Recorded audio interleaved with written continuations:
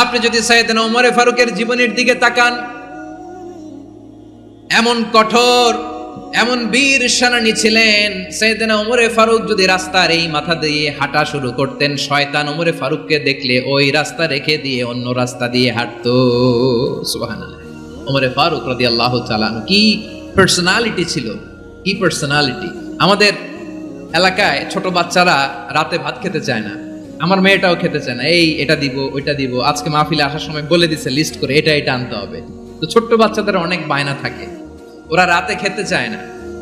তো মায়েরা বিভিন্ন ভয় দেখায়, এই বাঘ আসবে খাও, এই ভূত আসবে খাও। আপনারা কি বলেন, কি আসবে?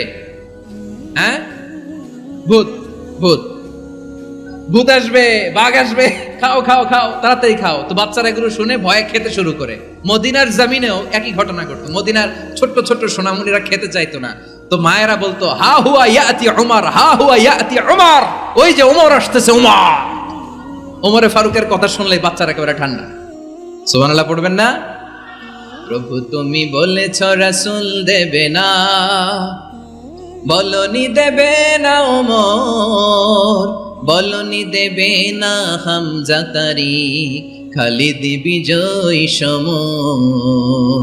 প্রভু তুমি বলেছ রাসূল দেবে না, বলনি দেবে না ওমর, বলনি দেবে না হামজা তারিক, খালিদ বিজয় সমর। প্রভু তুমি বলেছ রাসূল দেবে না। আল্লাহু আকবার।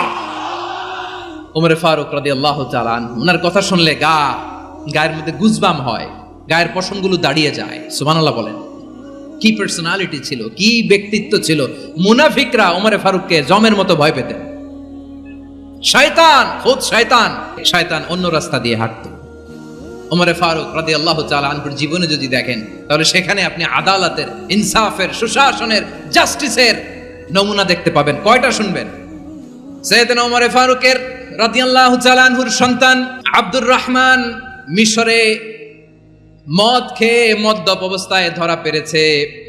মদ খাওয়ার কারণে, মদ যদি কেউ পান করে আর যদি প্রমাণিত হয়, তার বিচার হলো 80 বেত। আওয়াজ করে বলেন কয় বেত? বাংলাদেশেও তো এই আইন আছে নাকি? বাংলাদেশে আছে? হ্যাঁ, মদ খাইলে 80 বেত, এই আইন বাংলাদেশে চালু হোক। আমরা চাই কি চাই না? চাই সবাই। এজন্যই তো ইসলাম ভাল লাগে না। ইসলামকে ভাল লাগে না। ইসলামকে আউট করে রাখতে পারলেই তো এরকম বড় বড় বোতল খাওয়া যায়। একেবারে সহজ, পানির মতো সহজ হিসাব, একেবারে সহজ। ওমর ফারুক রাদিয়াল্লাহু তাআলা আনহুর ছেলে ভুল করে মদ পান করে ফেলেছিলেন। আব্দুর রহমান, ঘটনা ঘটেছে মিশরে। মিশরের গভর্নর তখন আমর ইবনে আস রাদিয়াল্লাহু তাআলা আনহু। আব্দুর রহমানের ভাই যে গভর্নরকে বলল, গভর্নর যদি একটু দয়া করেন, খলিফার ছেলে আমার ভাই আব্দুর রহমান মদ্যপ অবস্থায় ধরা পড়েছে, জনসম্মুখে যদি আপনি ব্যত্রাঘাত করেন, আমাদের প্রেস্টিজ থাকে না। যদি 80 বেত আপনি মারেন, আমার কোনো কথা নাই, কিন্তু ঘরের ভেতরে মারেন। আব্দুর রহমানের ভাইয়ের সুপারিশ শুনে সাইয়েদনা আমর ইবনে আস রাদিয়াল্লাহু তাআলা আনহু রাজি হয়ে গেলেন। ঘরের ভেতরে লোকচক্ষুর আড়ালে 80 বেত তিনি মানলেন। কিন্তু ঘটনাক্রমে এই কথা লুকিয়ে লুকিয়ে ঘরের ভেতরে 80 বেত মারার কথা সাইয়েদনা ওমর ফারুক মদিনা থেকে জানতে পারলেন। মদিনা থেকে তিনি ফরমান জারি করলেন, এই বিচার যেমনটি আমর ইবনে আস আদায় করেছে, এটা প্রকৃতপক্ষে আদায় হয় নাই। আসো সবাই মদিনায় আসো, আমর ইবনে আস মদিনায় আসো, আব্দুর রহমানও আসো, সবাই আসো। জনসম্মুখে এই বিচার কার্যকর করতে হবে। সাইয়েদনা ওমর ফারুক মসজিদে নববীর পিলারের মধ্যে নিজের ছেলেকে বাঁধলেন, আবার জনসম্মুখে 80টা বেত তার গায়ের মধ্যে মারলেন। মাজমুয়ে ফাতাওয়া ইবনে তাইমিয়া রাহিমাহুল্লাহ উনি এটা নকল করেছেন। এটা সবচেয়ে বিশুদ্ধ মত। আর অনেক মত আছে, মারা গেছে কবরের উপর, ওগুলো বাদই দিলাম। কেমন খলিফা ছিলেন, কেমন খলিফা! পশ্চিমারা তোমরা জাস্টিস আমাদেরকে শেখাও, ইনসাফ কারে বলে, সুশাসন আমাদেরকে তোমরা শেখাও। ওমর ফারুক রাদিয়াল্লাহু তাআলা ওই বিচারকে তিনি ধর্তব্য মনে করেন নাই। মদিনাতে এনে আবার জনসম্মুখে আবার 80 বেত মেরেছেন। মিশরে ওমর ফারুক রাদিয়াল্লাহু তাআলা আনহু আমর ইবনে আসকে গভর্নর করে পাঠালেন। সেখানে আমর ইবনে আসের ছেলে একটা প্রতিযোগিতায় রানার আপ হয়েছে, এক মিশরি সেখানে চ্যাম্পিয়ন হয়েছে। রানার আপ বুঝতে পেরেছেন তো? রানার আপ সেকেন্ড হয়েছে, এক মিশরি হয়েছে চ্যাম্পিয়ন প্রথম।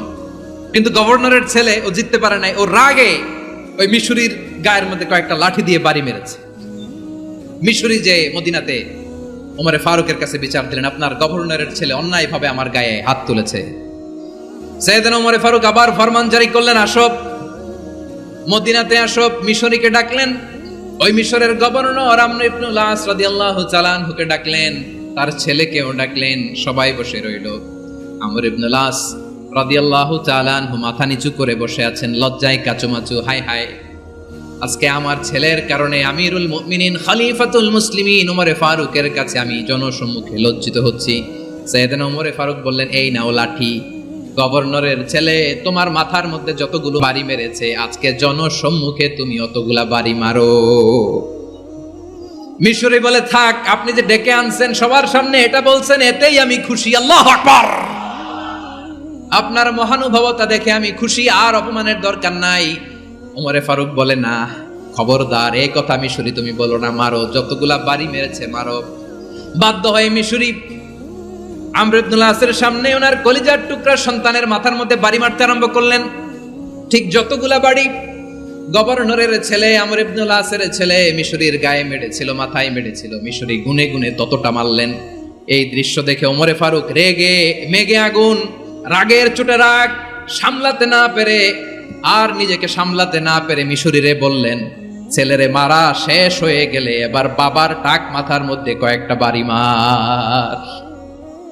রাগের চোটে, আউট অফ অ্যাঙ্গার, রাগের চোটে, যে আমার পাঠানো গভর্নর আমর ইবনুল আস তার ছেলেকে কেন আদব তারবিয়া কেন শিক্ষা দিতে পারে না। ছেলেরে মারা হইলে এবার আমর ইবনুল আসের মাথার মধ্যে দুইটা মারো। এটা রাগে বলেছেন, এটা শাস্তি হিসেবে না। সুবহানাল্লাহ পড়ে। তোমরা আমাদেরকে সুশাসন শিখাও, আমাদেরকে সুশাসন শিখাও। বিশ্বনবী বলেন, আদল এটা যেন তেন বিষয় না, এটা দিয়েই মানবিক সমাজ গড়তে হবে। আল্লাহ তাআলা কিয়ামতের কঠিন ময়দানে, যেদিন স্বামী স্ত্রীকে চিনবে না, স্ত্রী স্বামীকে দেখে পালিয়ে যাবে, বন্ধু বন্ধুরে চিনবে না, পীর সাহেব মুরিদরে চিনবে না, মুরিদ পীর সাহেবরে চিনবে না, দলের কর্মী তার নেতারে চিনবে না, নেতা তার কর্মীরে চিনবে না, বন্ধু বন্ধুরে দেখে পালাবে। এই কঠিন মুহূর্তে সূর্যটা মাথার কাছে চলে আসবে, জমিনটা তামার জমিন হবে।